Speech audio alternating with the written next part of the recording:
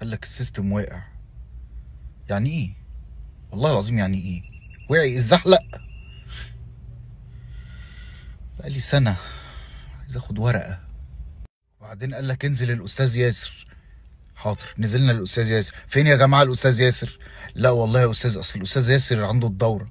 ايه؟ ايه ده يعني ايه؟ لا يا استاذ، عنده دورة تدريبية. اه ايوه، طب نعمل ايه يا جماعه؟ روح بقى الاستاذ محمود مدير المنطقه هو يتصرف. رحت الاستاذ محمود، استاذ محمود الاستاذ ياسر عنده الدوره التدريبيه وتعبان جدا. طيب حضرتك بقى روح للاستاذه وفاء اللي هي ما جاتش اصلا. السيستم جه. طيب روح بقى اجري على الاستاذ انور ادفع الفاتوره دي. استاذ انور عايز ادفع دي لو سمحت. اسم حضرتك ايه؟ خالد. لا يا استاذ انا اسف، حضرتك اصلا ما باجي ادهوز على حرف الخاء كده ما بيدهوس. خلاص يا فندم، انا اسمي استاذ تيز. خلاص كده يا استاذ انا خلصت، انا عايز اختم دي بس.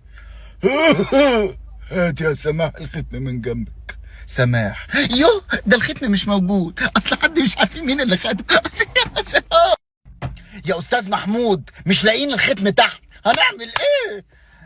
يعني يا استاذ اصل الاستاذ احمد معاه الختم وهو عنده كورونا، فلازم الختم يكون معاه. طبعا يا استاذ. لازم اي حد عنده كورونا يكون معاه الختم.